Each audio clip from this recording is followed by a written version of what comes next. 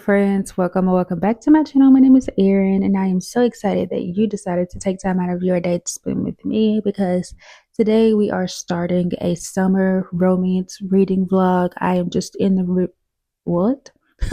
I am just in the mood to read some romance books. Some of them will be summer themed, most of them will be, but some of them are just romances that I've been waiting to read. So yeah, we're gonna get some stuff done.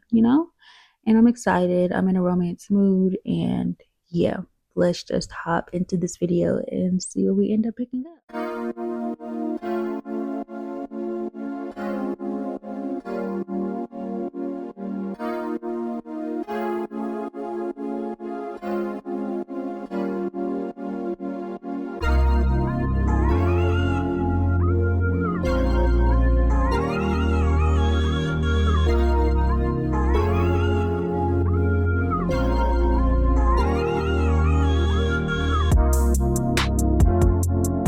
Let us talk about The Design of Us by Sajni Patel. And this is about sunshine incarnate Banu brings big UX energy to whatever she does, including going for the promotion, where her only serious competition is her work nemesis, Sunny, aka the grump with the Denzel voice.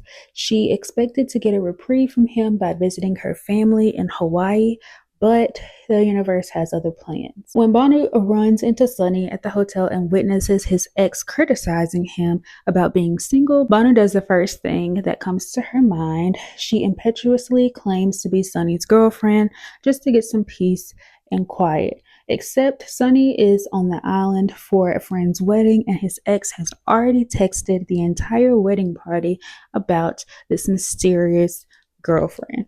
Banu is truly the bane of Sunny's existence, but the last thing he wants to do is cause tension during his friend's wedding festivities, much less be an object of pity. He has no choice except to play along. If only he and Banu can put aside their quarreling and act like a real couple. Between Banu's hilariously meddling family and Sunny's ecstatic friends, the two are pushed closer together, even as stress mounts over the impending promotion. They say what happens on island stays on island, but as Sunny and Banu let their guards down, will either of them be able to survive this romantic getaway without crossing the line? Okay, first things first. Is this book maybe kind of slightly overly dramatic? Yes. Did I mind? No. I love drama. I might even be slightly dramatic myself. So, relatable. I ended up reading this over the course of like 2 settings at work at that. So like I flew through this story. Once I started, I ate it up and I wanted to continue reading and find out what was gonna happen. Like I just was in it. I was here for a good, fun, short time, and yeah. I really loved the banter between Sunny and Banu. If you know me, if a couple has some good banter, I'm like that's gonna do it for me every single time. Every single time. And their banter was hilarious and funny. And I was giggling and like, it just gave for me. It did what it needed to do. I really liked there was anxiety representation in this. Banu has some anxiety, and I really liked how it was approached in this. I thought it was good representation. I liked how Sunny supported her through her anxiety, and I thought it was done well. Now, when it came to this third act breakup, I did not enjoy it. But do I ever really enjoy third act breakups? No, I don't. But at least I will say that this one felt realistic to what the characters would actually do. Like we got to know our characters enough to know that this is how they would act. Like if Sunny or Banu was my friend, this is what I would expect from them because I just feel like I know them enough.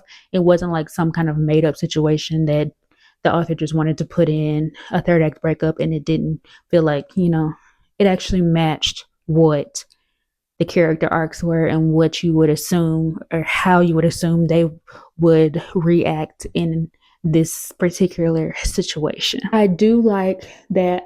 Let me start over. I was skeptical about this book because it was set in Hawaii, and the people who live there have told us to stop coming and to leave their land alone. And I hate that not me, we probably, but y'all won't won't listen to them about what the tourism is doing. And I was very skeptical about reading this because I'm like, y'all vacation in Hawaii. But it brought about the conversation, and it talked about the things that, tourism was doing to the land and to the people, and how it was making, not affordable for the people who were born and raised there to live there anymore. And so all the things were discussed in this, and I was happy about that. It made me feel good about my decision to pick this book up in spite of knowing all of that information anyway. So I was glad that it was addressed by the author in this. This does not have, I can't remember, I don't really like, I think there are some open door scenes, but I don't think they're like overly detailed open door scenes. And this story, I feel like, focuses more on the tension, and it is so tension filled that you don't need them open door scenes with like the overly descriptive situations of what's happening. Like, you don't even need that, because like just the tension alone, that'll do it for you. That'll do it for you. But yeah, I didn't miss any of that. I If you can't tell, I really thoroughly enjoyed myself in this book, and I ended up rating this a 4.5 star. I just, and I was very surprised at that. Like, I thought I would like this book, and I kept seeing this book. It's been on my TBR list since it came out, and I kept looking at it and kept looking at it. And I had decided that I was just going to get it from the library to try it, but then I saw it on sale, and I was like, just get it. And I just got it, and I'm glad I did, because I would have been buying a copy after I read it anyway. So to get it on sale, we love a sale. We love a sale. So yeah, this is a really good summer romance. It's quick, and I just had the best time reading it, and I'm so happy that I finally got around to it, because yeah, yeah. Also, like, it does talk a lot about their job and working and like user experience and interface and things and all that. And so that was interesting to learn, because I didn't, still don't know a whole lot, but I got to learn a little bit. And it's always nice to learn something new. But anyway, love this. Super fun time. You will be hearing me talk about this more going forward.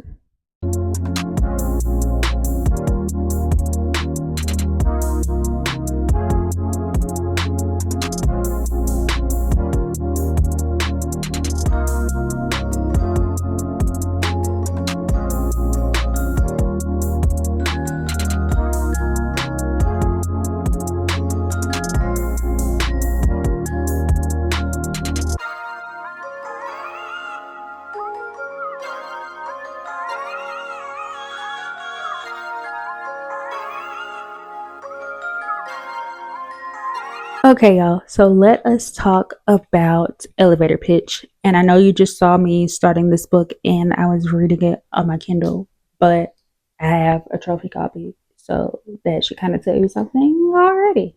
So in this book, we're following Selah Bailey, who is an anxious homebody determined to become the main character in her own story. She creates an effort list with goals to force herself out of her comfort zone and introducing her to a life outside of her front door. However, a partner is necessary to complete her more adventurous goals, so she joins a popular dating app. After what may be the worst date ever, she meets Grayson in the elevator of her building. Grayson Park is a business oriented divorcee who prefers long walks with his dog and to keep things casual in his love life. As the creator of a successful dating app, he's become quite the modern day matchmaker. Despite his appreciation for others' love life, he can't forgive himself for the past and believes romance isn't in the cards for a second time. Let's start off with I was very much obsessed with this from the beginning. From the very first page, I was obsessed with this writing, with this story, with all of it. Okay. I loved everything from the author's writing and just the particular way she told this story. I cannot wait to read more from Evelyn Lee. She might make her way up to one of my favorite all-time authors. Okay.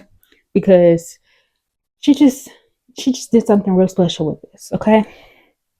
Gray, which is Grayson, his name is Gray. Okay. Gray is the ultimate book boyfriend, and there is only one other man that I have given that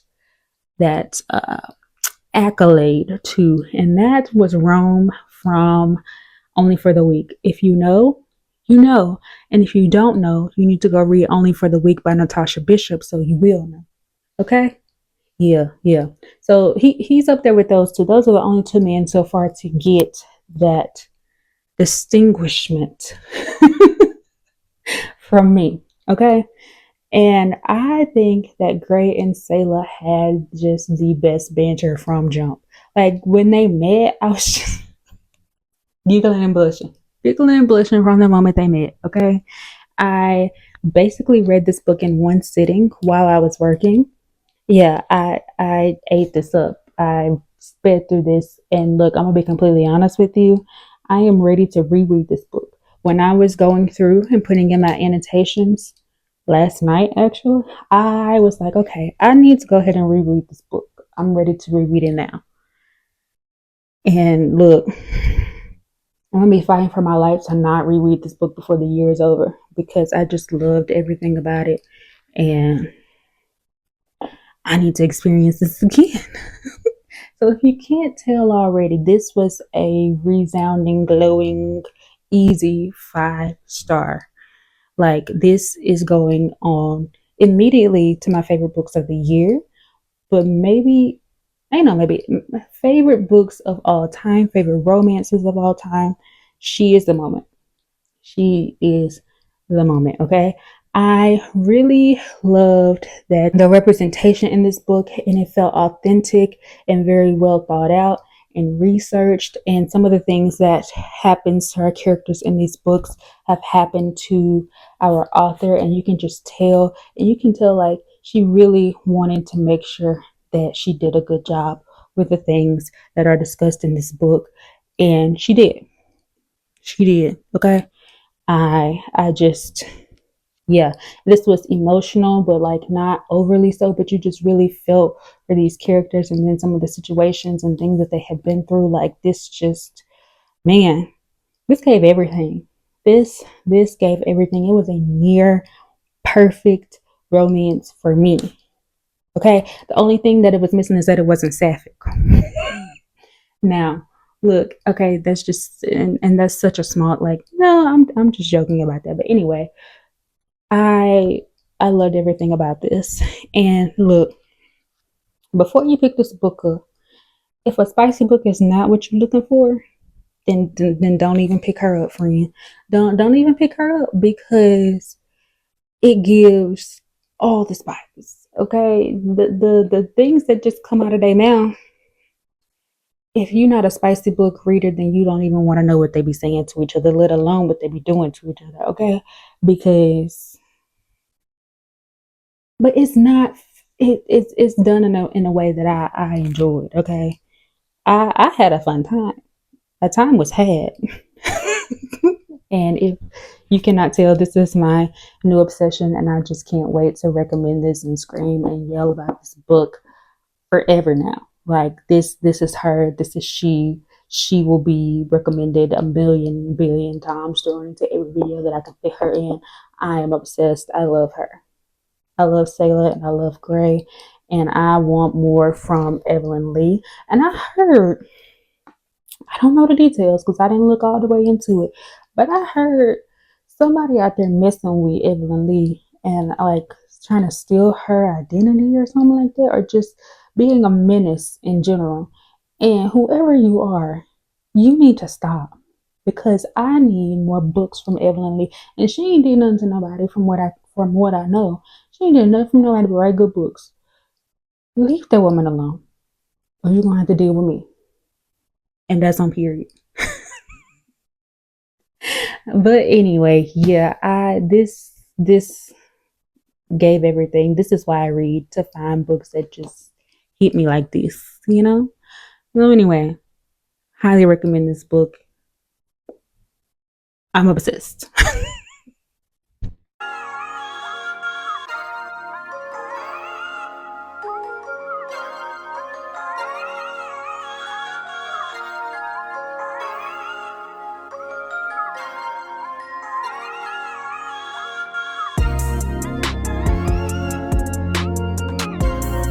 Alrighty, so let's talk about the 7-10 split by Karmen Lee. This is the first book in the Peach Blossom series. We'll be following, I think, a set of sisters, three sisters, and this one is following Ava.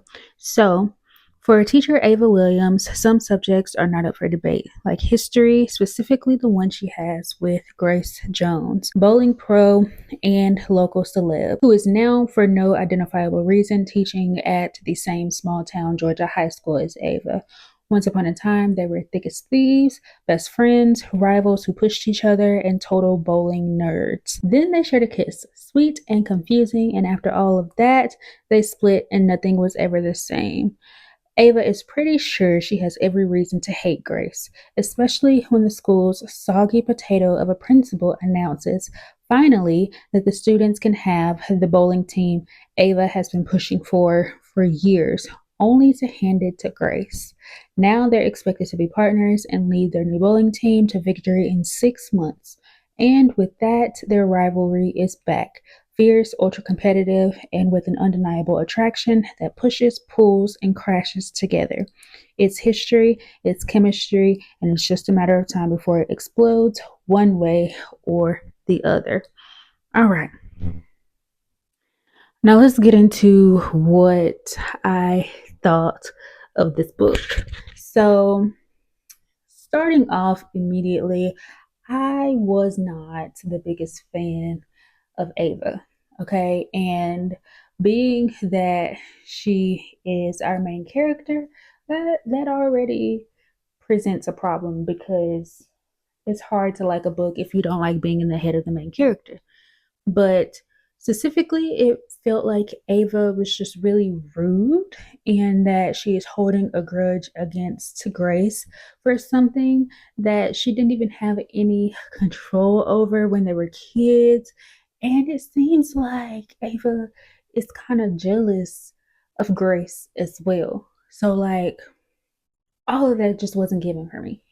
It wasn't given for me. And it felt like this was an entire book of situations happening where there was miscommunication.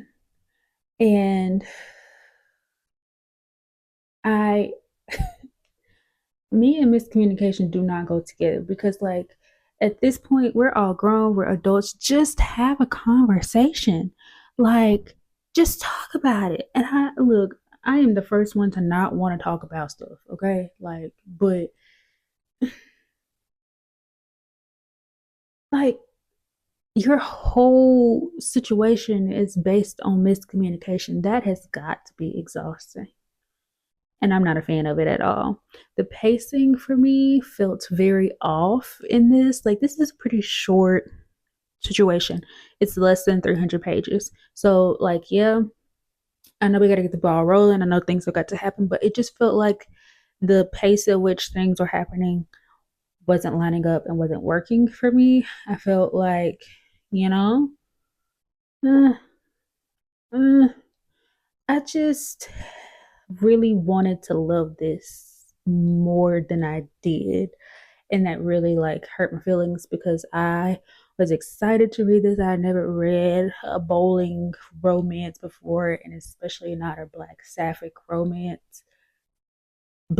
bowling romance. So I was like, yeah, yeah. And I just didn't love it as much as I did. And I don't know if it was the writing or if it was these characters and this couple. So, we'll circle back to that in a second. But I really just mainly had a hard time connecting with Ava and liking her as a main character. And I kind of had a hard time believing Ava and Grace as a couple once they got together. I just didn't see it. Then I feel like a lot of the conflict and confrontation in this was just handled wrong, and it was weird, and I just didn't really feel like anything actually got resolved. There was some tough situations happening in this, and I just feel like they were brushed over, like there was no real conflict resolution in this. And I feel like if Ava and Grace were to continue on as a couple past where we left them in the book, it would just be a cycle of miscommunication and kind of brushing things under the rug and like not really solving conflicts. And I just don't think that that's a couple that I want to root for, you know? So I rated this a 2.5 star, and that saddens me. I really was, rooting for this book and hoping that I was going to love it, and that just didn't happen. I feel like I want to try the relationship mechanic or maybe the Secret Crush book club. I'm a little iffy about the sister that the relationship mechanic is following. So I want to give myself the best chance possible because I think this is a really cool series and I want to like Karmen Lee as a writer. I think she has some really good ideas. So I'm willing to try it out. I'm willing to give her another try. So we'll see what I pick up next. But yeah, this just wasn't it for me. So that's very unfortunate.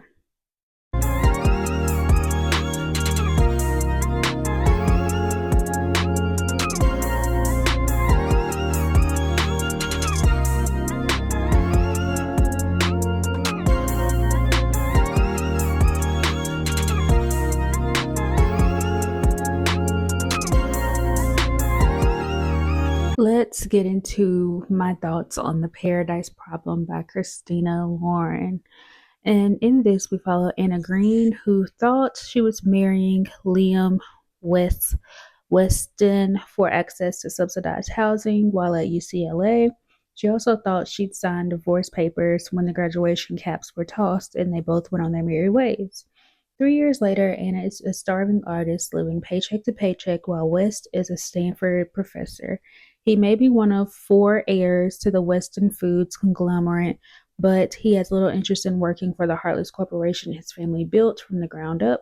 He is interested, however, in his $100 million inheritance. There's just one catch. Due to an antiquated clause in his grandfather's will, Liam won't see a penny until he's been happily married for 5 years.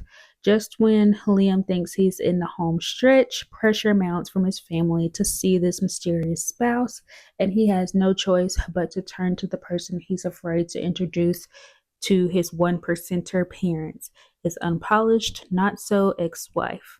But in the presence of his family, Liam's fears quickly shift from whether the feisty, foul mouthed, paint splattered Anna can play the part to whether the toxic world of wealth will corrupt someone as pure of heart as a surprisingly grounded and loyal wife. Liam will have to ask himself if the price tag on his flimsy cover story is worth losing true love that sprouted from a lie. Let's talk about the Paradise Problem. I found this to be way more emotional than I was expecting. I thought we were going to have a silly, goofy time, and that is not what we had. It was not. Now, I'm not saying that this was like, oh, make you cry, like overly emotionally sad, heavy type of book. It was not that, but it was closer to that side than the silly, goofy side. Like the Unhoneymooners, I thought we were getting another version of that. No, no. And that might have just been my assumption. I just don't know. But that's not what we got. So I was about 60% into this book, and the main conflict that you can kind of guess is going to happen hasn't actually happened yet. And that leads me to think that there will be pacing issues toward the end because, look, if you have a book And even like specifically like a romance book, they're gonna like there's a lead up to them getting together. They'll be together for a little bit, something will cause them to break up, and then at the end they'll resolve it and get back together. Like that's traditionally how romances go. Okay. But if we are 60% in and the conflict hasn't happened, and to me that gives like pacing issues because like what all that on the front end, like maybe we didn't need some of that. But that's just how I was feeling. A lot of characters in this book are extremely unlikable and problematic, and it left me feeling weird and unsure about my feelings towards the book overall. Because one thing about me, I want to read a book where I'm rooting for the characters, where I like the characters, where I want the best for the characters. And this one, I wanted to punch everybody in the face. I liked what are these people's names? I liked Anna and Liam, but I don't know that I liked them enough to combat all the people that I just really, really strongly capital letter disliked. So let's take that into consideration. Anna kept on saying that she would love Liam unconditionally. And baby, that is a turn off for me because personally, personally, personally, I feel that love should have conditions because if love doesn't have conditions, I feel like that gives you the leeway to do whatever you want to me, and I'm still gonna love you regardless. And baby, that's not the case. That will never be the case. My love has conditions, and I think everybody's love should have conditions. But yeah, I didn't like that. And I don't think it would have bothered me as much if it wasn't repeated more than one time. And it kept saying this. And I'm like, baby, no. If anything, I might have been okay if Liam was given that energy. If he was like, Anna, girl, I love you unconditionally. Okay, yeah. But Anna, you should have conditions for this man. You should have some. You should. I felt like, you know, even just reading through the synopsis then, I still felt like I got something different than what I was expecting from that synopsis. And knowing what I know now about this book, I do not think that I would have picked it up if I had known that it was going to be what it was. Yeah, I don't think I would have picked this up. Can we also talk about how Anna gave Liam's appendage a very awful, cringy nickname that she decided to repeat throughout the book that just gave me the ultimate ick every time she said it. Like, mm-mm, mm-mm. So if you can't tell already, I didn't really enjoy this book. I rated it a 2.5 star because there were some things that I did like about it, but overall, it's a no for me. And yeah, yeah. And this is very interesting to me because I think I'm like half and half on Christina Lauren right now. Pretty sure I've read four of their books. I five-starred The Soulmate Equation, which was the first one that I read from them. I 4.5 star The True Love Experiment, which is the follow up to The Soulmate Equation. So I guess that kind of makes sense. But I read The Unhoneymooners last year, and that was like a three, maybe a 3.5. And then this one being a 2.5. So I don't know about Christina Lauren. I don't know. Maybe that series with the soulmate equation is just going to be it for me. I don't know. I don't. I don't know. But I think I am going to be hesitant picking up anything going further with them because, yeah.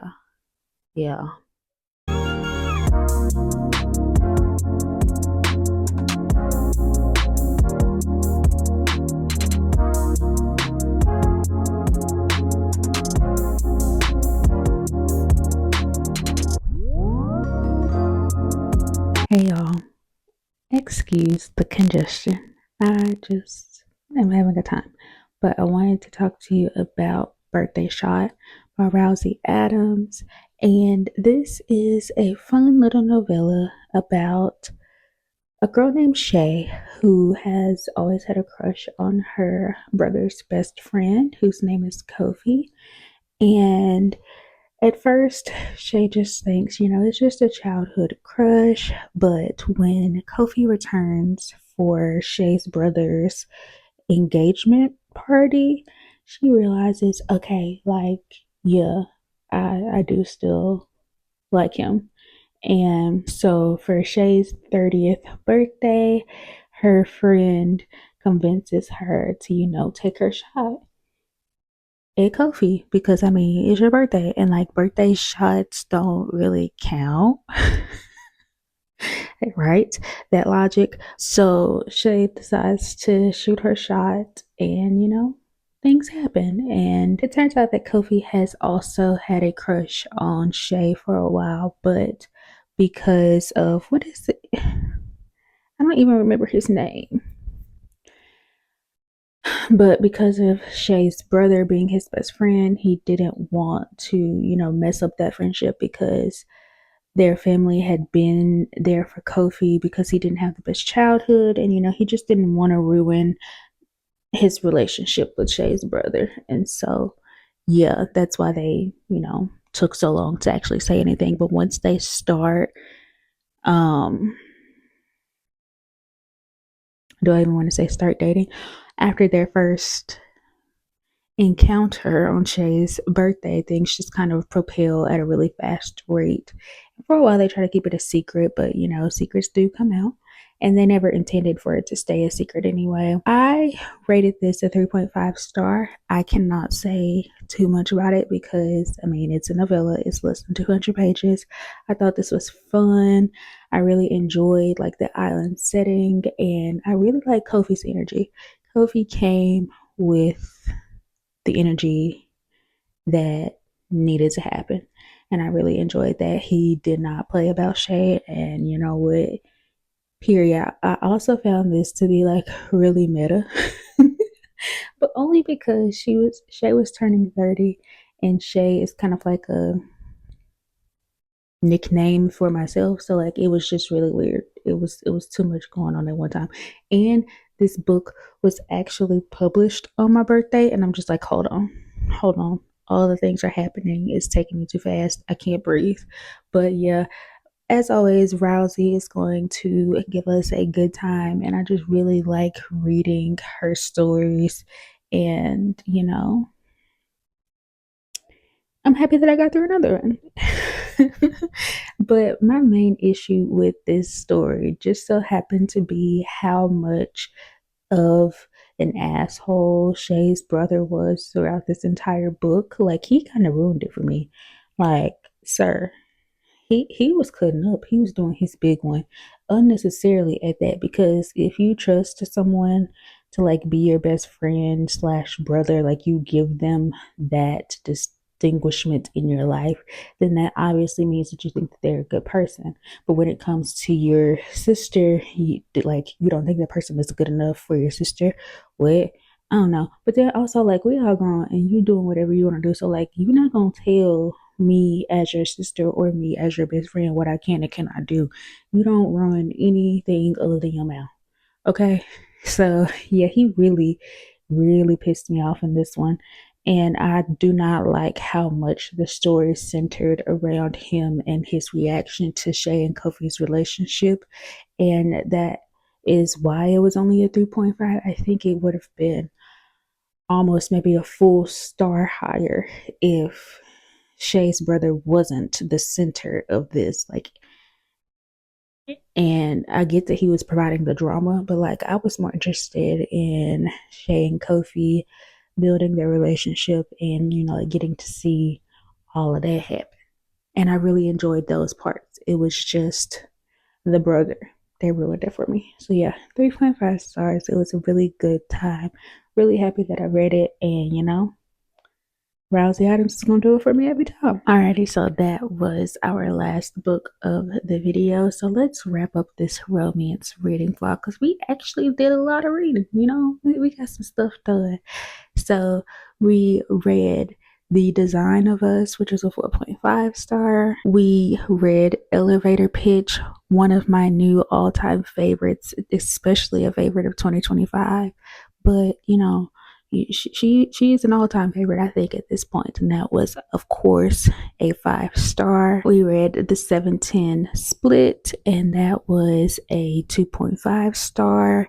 And The Paradise Problem as well was a 2.5 star. And we're going to end it out with Birthday Shot being a 3.5 star. So overall, I feel like we got a mixed bag in this video, but we got some hits, we got some misses, and some in-betweens. And you know, that's just how reading goes. So thank you so much for staying to the end of this video. Thank you for liking, commenting, sharing, subscribing, anything that you do to support me and my channel. It is very much greatly appreciated.